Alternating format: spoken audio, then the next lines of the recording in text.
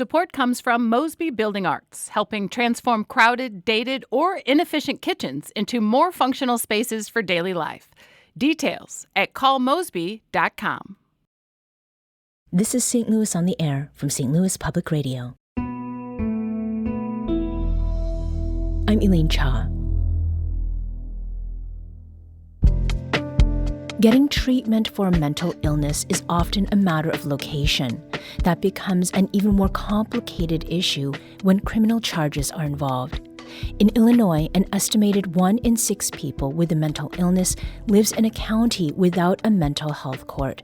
That's almost 2 million people who are on their own, navigating a legal system that has few tools beyond sending people to prison or psychiatric facilities. Mental health courts have expanded in states like Illinois and Missouri, but these programs are often a patchwork, and even in places where they do exist, questions remain about their effectiveness and whether program participants are getting the help they really need. In Illinois, the Illinois Answers Project and MindSite News have looked into every single mental health court in the state, including those in the St. Louis region. Its collaborative investigation, published late last month, found these courts, quote, a promising model with limited funds supporting small oases in an otherwise barren desert. Grace Hauck is an investigative reporter for the Illinois Answers Project. She joins us now to talk about her work around mental health courts in Illinois. Grace, welcome. Thank you, Elaine, for having me.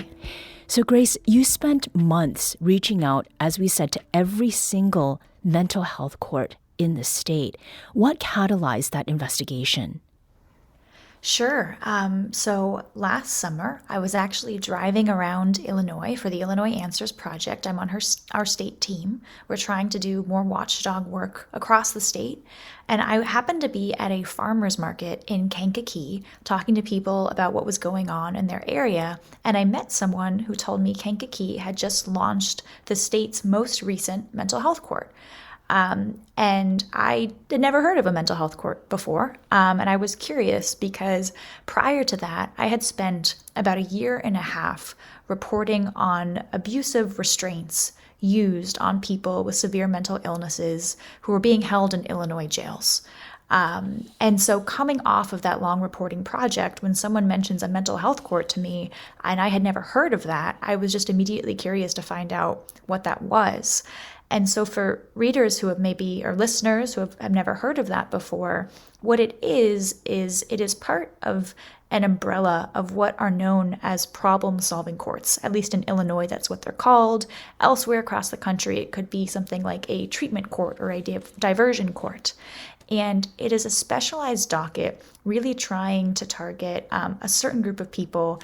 And there are veterans courts, there are drug courts, trying to connect people with resources through the court instead of incarcerating someone, often repeatedly, and creating these vicious and expensive cycles of incarceration. And so for people who live in Illinois, and including in the Metro East, if you are facing criminal charges and you do have a severe mental illness and you meet other eligibility criteria, you may be given an option. Often that is go to prison for the charges or go through mental health court. Mm-hmm. These mental health courts, you've talked about them in the context of states, but they've received support from the federal government, correct? Yes, so something that really was interesting to me, I had this conversation with folks at the Kankakee County Farmers Market in June. The next month in July, the Trump administration released an executive order, a highly criticized executive order about ending crime and homelessness on America's streets. And there were a bunch of different things in that executive order, but something that I noticed is there was a line calling out mental health courts, saying that they are an effective method of addressing homelessness and calling on the U.S. Attorney General to prioritize funding for them. But what our reporting also found is many of the people who are going through these mental health courts rely heavily on an array of state and federal social service programs, Medicaid, SNAP, that the Trump administration has also been cutting. So our story really tried to kind of point out the irony there of, on one hand, the administration seeming to hold up these courts, and on the other, threatening some funding that really supports the behavioral health system in this country. Mm-hmm.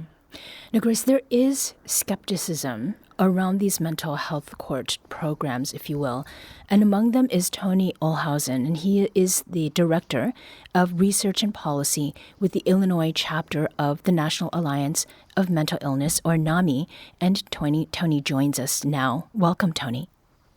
Good afternoon. So, Tony, your insights are in this Illinois Answers Project and MindSite News investigation, and you called them, quote, a Band-Aid and a symptom of a larger problem. Why is that?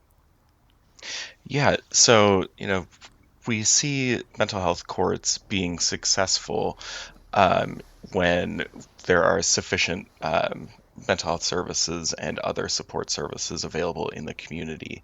And we know, they're successful because those services exist. And where we see, challenges in our broader mental health system, and you've already alluded to some of the cuts of various state and federal programs, like Medicaid and SNAP. The mental health does not exist in a vacuum, right? So, when people aren't able to support themselves in the community, when they have a significant mental health needs, we see people struggle. Mm-hmm. Now, this report describes some of the limitations that a person with mental illness has to face in this situation. You've touched on a couple of them, Tony. And this piece includes, quote, that many of the factors that determine success sit outside the courtroom, and that participants may falter not only because of their symptoms or decisions, but also because they cannot get into treatment, cannot keep insurance, or lose services when providers fall away. How did you, Grace, first, how did you see this playing out in individual cases that came to you, as you were doing this reporting? Sure. So as you mentioned, in addition to going to all 31 mental health courts in the state for whatever data or information we could get, my co-reporter Josh and I also talked to people who have participated in mental health courts in Illinois. And we found, when we're able to report for the first time, that more than 6,000 people have gone through a mental health court in Illinois. That's only a fraction of the larger number that applied. And then about half of those people graduate, which raises big questions about why. Why are only half of people getting through what can be a year or 2-year long program? And oftentimes there's a lot of challenges a participant is facing already, even beyond what is often co-occurring mental illness and a substance abuse disorder. There are often housing challenges, transportation. We found one study on a mental health court in Illinois that found most mental health court participants were represented by a public defender, and many, 39%, had been homeless at some point in the program. Often folks may have had a driver's license revoked, and so really have struggled to even be able to get to the court on time, have to navigate public transit if that exists at all in their area. In many parts of Illinois, it does not. People have to work, and mental health courts are really can be rigorous programs at first, especially in the first couple of phases that take a lot of time, a lot of appointments, showing up not only just before a judge in hearings, but with treatment providers, with counselors, with a probation officer. So the folks we talked with said that you really have to be able to build your life around this program to be successful. And that can require a lot of social supports too, like family supports, friend supports. So there's a lot that goes into this beyond just someone really being at a place in their life where they are ready to be able to commit and accept treatment. Mm-hmm. Tony, how have you seen some of what Grace has described play out in people's lives? Yeah, so I was able to connect with one of our local affiliates that works with participants in mental health courts, and they were able to share with me some insights. And we've there was one participant that they worked with who was set to graduate earlier this year, but unfortunately, their condition, just by the nature of their symptoms, experienced a relapse, and this person's case management team really was able to step up and wrap around this participant to identify what additional supports this person needed to maintain their eligibility for the program, to keep meeting their benchmarks. And they were able to help them connect with programs or intensive programs in their community that accept their insurance. But that's not always the case, and programs aren't always able to accept someone right away, right? So when those services don't exist in the community, or when there are more complex needs, especially housing and transit, that aren't necessarily easily solved, even if you have good insurance or supports around you. We see those, like Grace was saying, those issues come up, and might result in failure in those programs through no fault of anyone's own. Right. And even with all of that work and time put in already. Now, Grace, your partner in this investigation was Josh McGee. He is the Chicago bureau chief of MindSite News. And yesterday, he spoke with our producer, Danny Wysentowski, about mental health courts and the way that mental health care itself is being treated as an alternative to incarceration. I have to say that this is something that's helpful, but could it be more helpful? Should it be studied longer? There should be more participants. All of those things seem true. I also get very scared saying anything that, hey, this isn't working perfectly, or everyone's not being saved by this, because we can see how public opinion can kind of switch back and forth to, if you have any kind of issues, if you take any substances, this is your fault and you just need to be thrown away and not seen by society. So that's why it's harsh to say that this isn't a solution, but it definitely is helping people. It's helping individuals get their life back on some kind of good footing. So it is a positive in that way, but you definitely can see where there needs to be more interactions. There needs to be more ways to kind of interrupt people with mental health issues or substance issues before they're interacting with the criminal justice system, before they're interacting with police. Tony, what comes up for you hearing that from Josh McGee of MindSite News? Yeah, I think that's spot on. We have plenty of success stories, but thinking about criminal justice system interventions like mental health courts, always, the first question that comes to my mind is, why are we waiting until someone's arrested? These folks are experiencing these challenges in their lives. They're experiencing symptoms before they are come in contact with the criminal court system. So why are we waiting until folks are charged with a crime and are looking at maybe because they're arrested, their life has already fallen apart, because if you miss one day of work, you might not have that job anymore. And that's the first, a domino that can fall, leading to many other problems like a loss of housing. So, when we're thinking about systems that are chronically underfunded, and governments look to spend dollars in the most efficient way, where can we spend those dollars to have the greatest impact? And I think community-based services, doing that outreach to individuals and families, and combating the stigma that prevents people from getting help in the first place. I think those can have an even greater impact and keep people out of the criminal court system altogether. Mm-hmm. So we don't even need to have these conversations about do they fit into this box for a mental health court. We're talking today about mental health courts in Illinois and a recent investigation into what the absence of these courts in many of the state's counties means for around 2 million residents. We're talking with Tony Ohlhausen, who's the Director of Research and Policy at NAMI Illinois, and with Grace Hauck, who is the investigative reporter at the Illinois Answers Project. Now, Grace, as part of your investigation, you reached out to the court officials in Madison County and St. Clair County, and those are counties right across the Mississippi River from where I'm sitting right now in St. Louis. And you had issues with getting data on recidivism, and even getting a figure for the number of participants was elusive. Talk with us about what you did find there.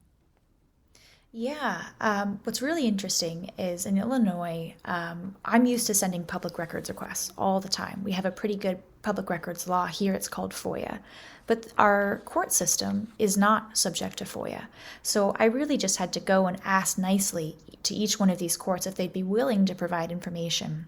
And I really found a wide variety in responses. Some courts keep really detailed data about participant demographics, outcomes, how many end up cycling back into the system. Some rare, this is in rare cases, but some do follow-up, trying to find out, our graduates and our alumni, how are they doing now, years later. Other courts really don't seem to keep track at all.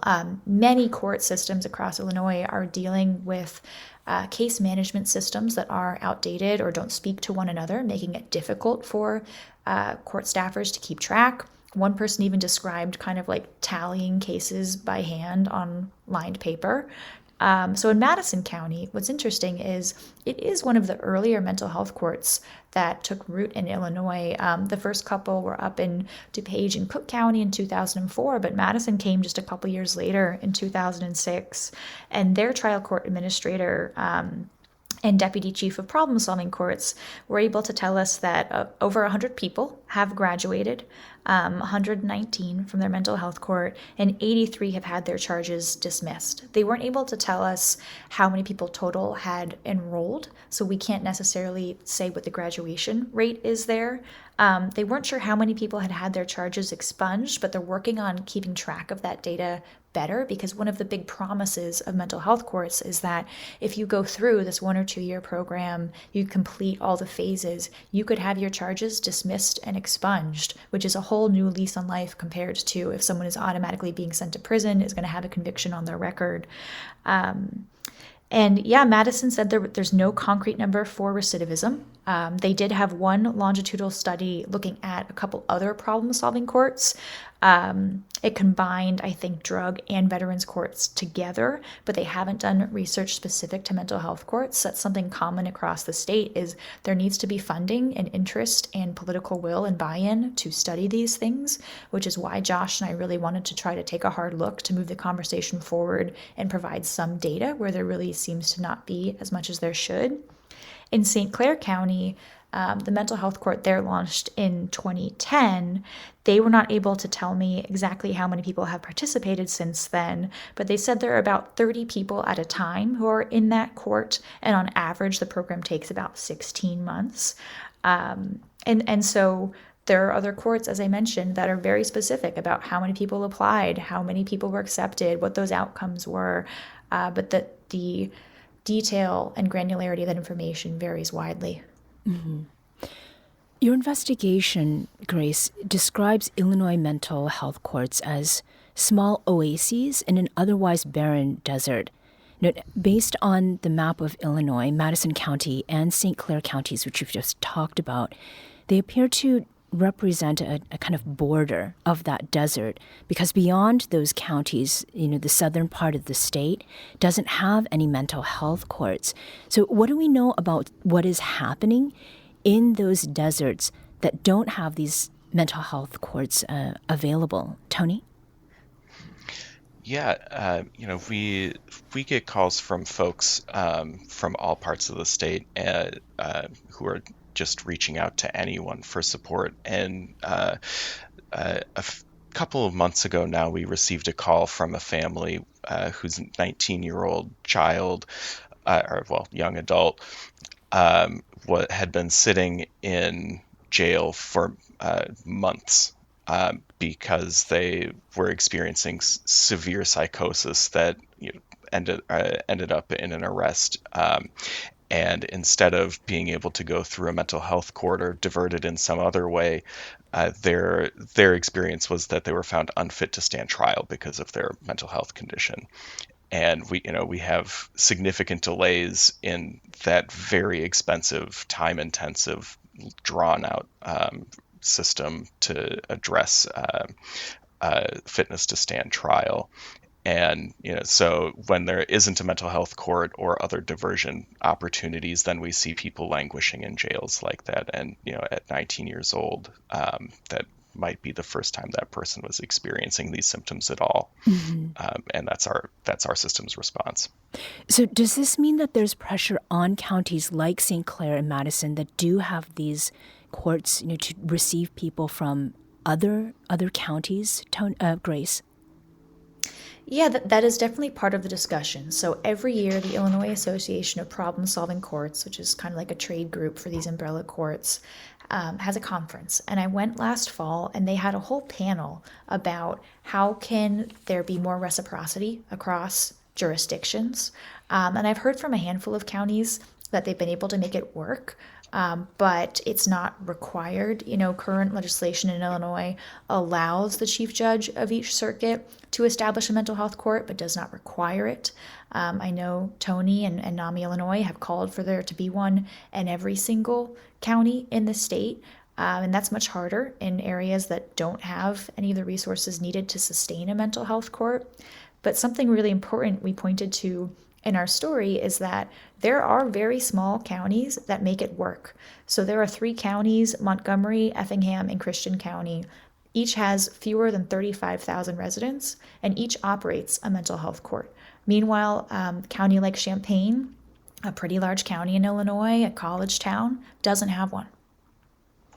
So, Tony, in our last 30 seconds or so, what is it that is your final thought? As we're having this conversation, what do you want to leave people with? Yeah, I think I'd like to leave just the importance of paying attention to kind of what's going on in your local communities when it comes to the mental health system and what resources are available, because many counties do have limited resources, but there are opportunities for the establishment of things like mental health courts and other diversion programs, or even programs that don't involve the criminal court system at all and get people support before they even think about arrest or the criminal court system. Tony Ohlhausen is the Director of Research and Policy with the Illinois chapter of the National Alliance on Mental Illness, and Grace Hauck is an investigative reporter for the Illinois Answers Project. Thank you both for joining us today. This episode was produced by Danny Wissentowski. Audio engineering and podcast design by Aaron Dorr. Our executive producer is Alex Hoyer. St. Louis on the Air is a production of St. Louis Public Radio. Understanding starts here. Do you find yourself regularly listening to episodes of St. Louis on the Air? Suggest us to a friend you think might enjoy our conversations, and leave us a review and rating on Apple Podcasts on the App Store. It's the simplest way to help people discover our show. Thank you. St. Louis Public Radio is a member-supported service of the University of Missouri St. Louis.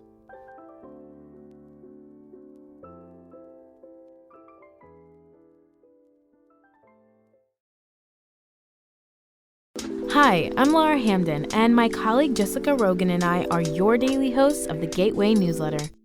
We meet with the editors in the STLPR newsroom every weekday to bring you the top local stories of the day in a quick and easy 6-minute read by 6 a.m. In an age of overwhelm, it's a refreshing, thoughtful take on the news day, if we do say so ourselves. Fine-tune your daily news habit with the Gateway newsletter. Subscribe at stlpr.org/gateway.